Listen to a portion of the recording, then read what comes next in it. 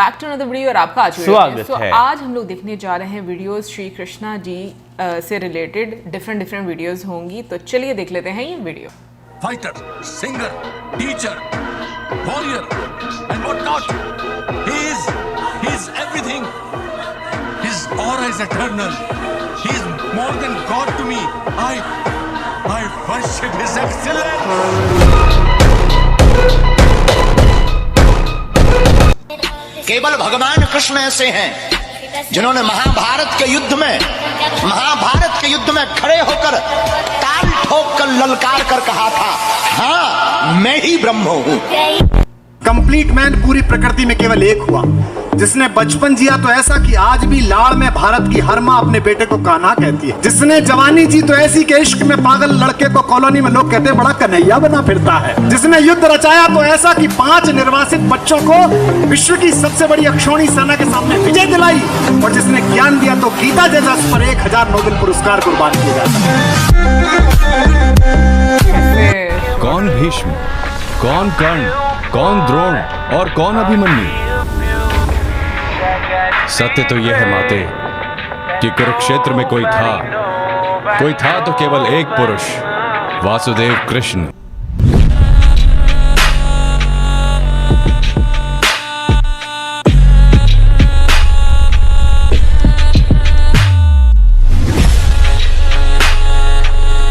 आपका मामा बनने में नहीं लगता।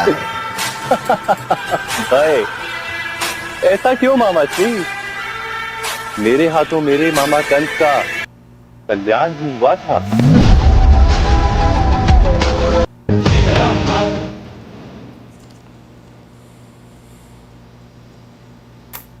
यार ये कितना मजा था ना सुनेगा।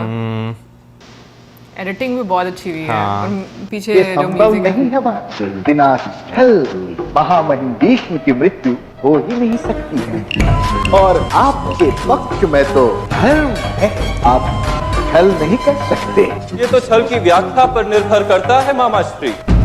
भगवान रामचंद्र ने गुप्त रहकर वानर राज बाली पर प्रहार किया था और दशानन रावण का वध करने के लिए उन्हीं के भाई विभीषण से सहायता ली गई थी। छल का आशय यदि धर्म है तो छल भी धर्म है। मुझे कोई पराजित नहीं कर सकता, कोई नहीं। मैं आपको पराजित कर सकता हूँ, रथ के पहिए से भी मैं आपका वध कर सकता हूँ। इस तरह बने हुए हैं।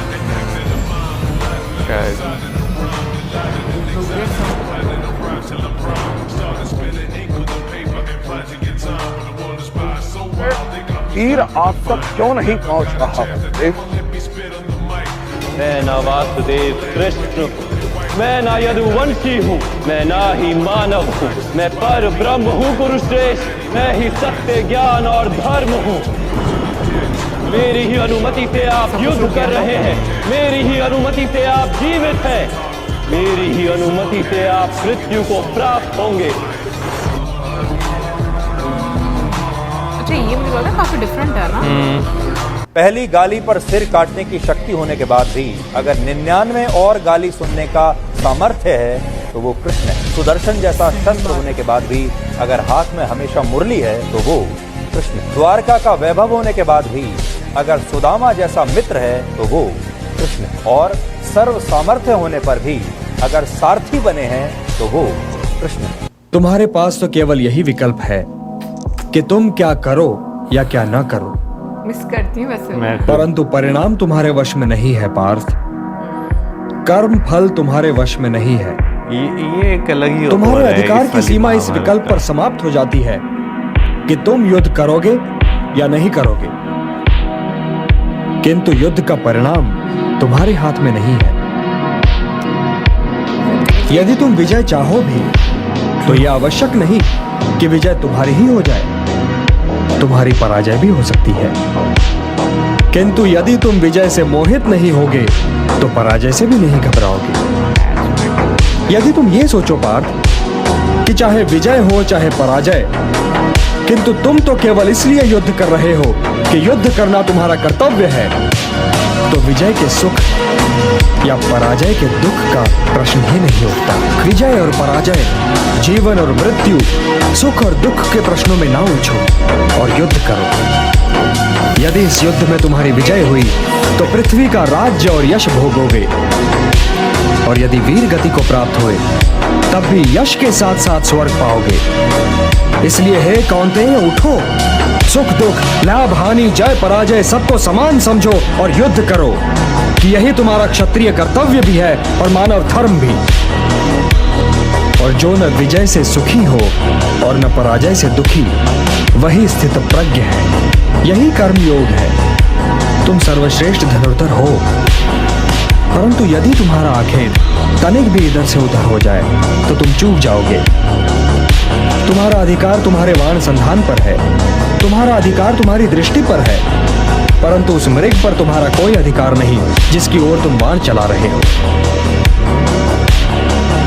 हे धनंजय, सत्पुरुष कभी अपने अधिकारों की सीमा का उल्लंघन नहीं करते।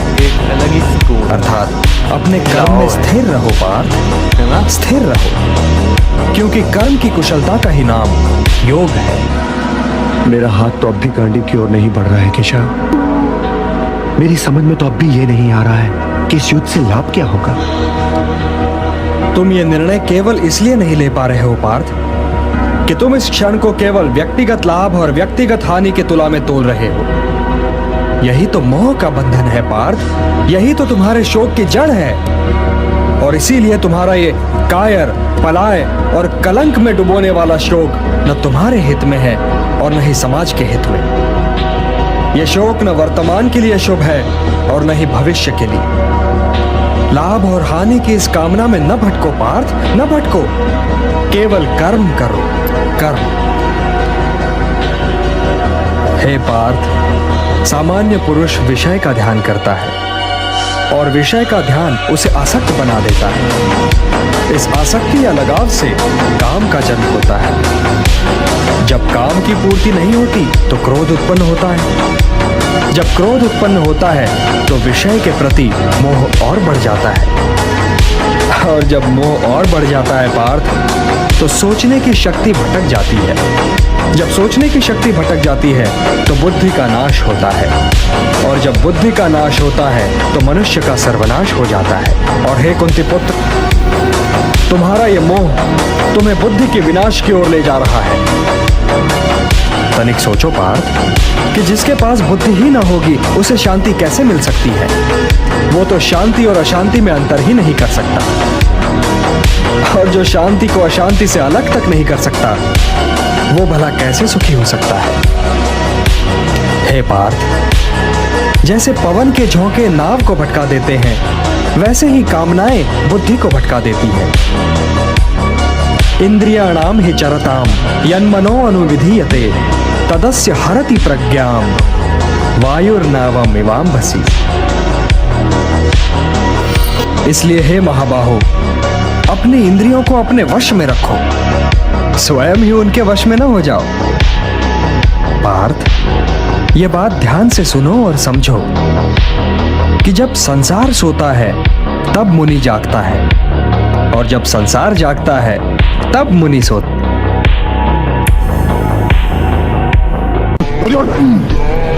इन्हें बोलने दीजिए पितामह, बोलने दीजिए।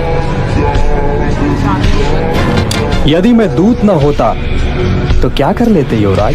यूं मेरी माता श्री की बात करने पर मैं तुम्हारी जीभ खींच लेता और तुम्हें बंदी बनाकर कारागृह में डाल देता।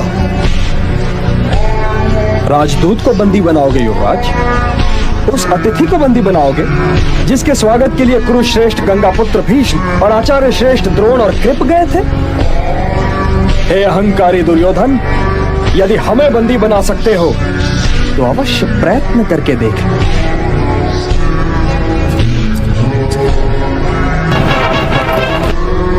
सैनिक, इस ग्वाले को बंदी बना लो।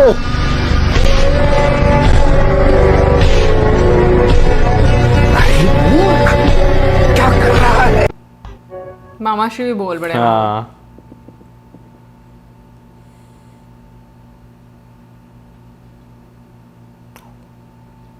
Ready, John?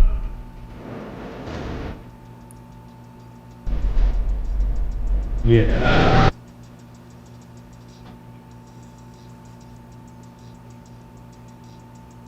भूचाल, सेनाएं पीछे हो गई हैं। जब तक ये धुरा मेरे हाथों में है, तुम्हारे मन को कभी भटकने नहीं दूंगा पार। रथ युद्ध का हो या जीवन का, मैं उत्तम सारथी हूं पार।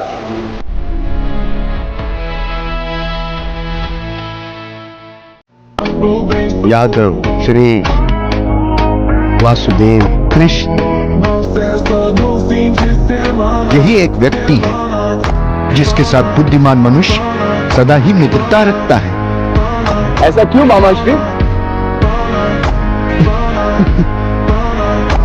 क्योंकि सारे आर्यावर्त यही है जिनके साथ शत्रुता करने का सामर्थ्य हमारे पास नहीं। वासुदेव कृष्ण नाम है मेरा, तो मुझ पर अपना अधिकार मान लेता है, मैं स्वयं पर उसका अधिकार मान लेता हूँ।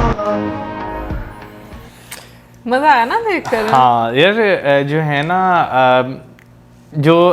क्योंकि मेरे सामने बहुत सारी रील्स आती हैं, तो समटाइम्स इस तरह होता है कि आप सुनते हैं ना, तो आपको जो है ना लगता है कि हाँ आपके साथ जो है ना ये चीज़ जो है वो हो रही है, और आप जो है ना उस चीज़ से निकलने के लिए समटाइम्स इस तरह आप सोचते हैं कि शायद ये कोइंसिडेंस है, लेकिन भाई ऐसी मेरे ख्याल चीज़ें आपकी फीड में ना कोइंसिडेंस नहीं होता। मुझे ये लगता है क्योंकि जब से हम लोगों ने महाभारत देखी है, तो मतलब मैं पर्सनली अगर अपना अनुभव बताऊं तो मुझे काफ़ी ज़िंदगी का जो नज़रिया है, चीज़ों को देखने का नज़रिया, वो अलग महसूस होता है।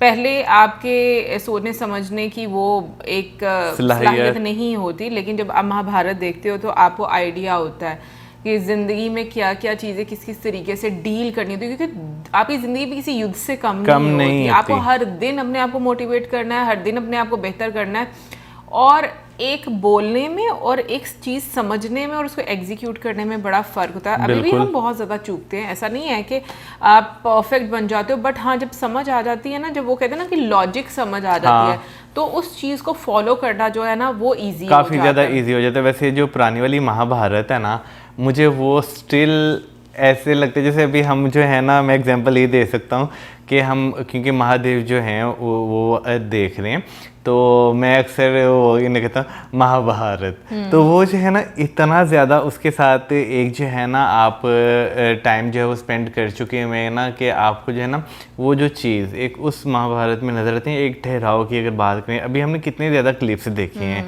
लेकिन मुझे लगता है कि जो एक्ट उस वाली महाभारत में सबने किया है ना, बाद में आने वाले में शायद हो सकता है भाई अच्छा किया हो, क्योंकि हमने वो पूरी नहीं देखी या हमने वो देखी ही नहीं है, लेकिन क्योंकि मैंने वो देखी ना, उसमें जो है ना सबका एक्ट जो था वो मुझे बहुत परफेक्ट जो है वो लगता था। भीष्म पितामह की बात करें, जो उसमें कृष्ण जी हैं, उनकी जिन्होंने कृष्ण जी का रोल जो है प्ले किया है, उनके अंदर एक जो है ना आपको वो चीज़ नज़र आती है, एक स्वभाव जो है उनका वो इस तरह का नज़र आता है। और हालांकि हम लोगों ने भगवद गीता के एपिसोड भी उसमें देखे हैं, और उसमें अभी भी जो हम लोगों ने देखा उसमें भी कृष्ण जी ने ये बोला कि अटैचमेंट नहीं होनी चाहिए किसी भी चीज़ से, चाहे वो आपकी विजय है या पराजय है। मतलब दोनों के रिवॉर्ड को पहले ही नहीं सोच लेना चाहिए, या दोनों के अंजाम को पहले नहीं सोच लेना चाहिए। लेकिन स्टिल अभी जैसे हम लोग खुद ये बात करते हैं कि हम लोगों को पुराने वाली महाभारत जो है वो ज़्यादा अच्छी लगती है, तो ये भी एक अटैचमेंट है हमारी, कि हम लोग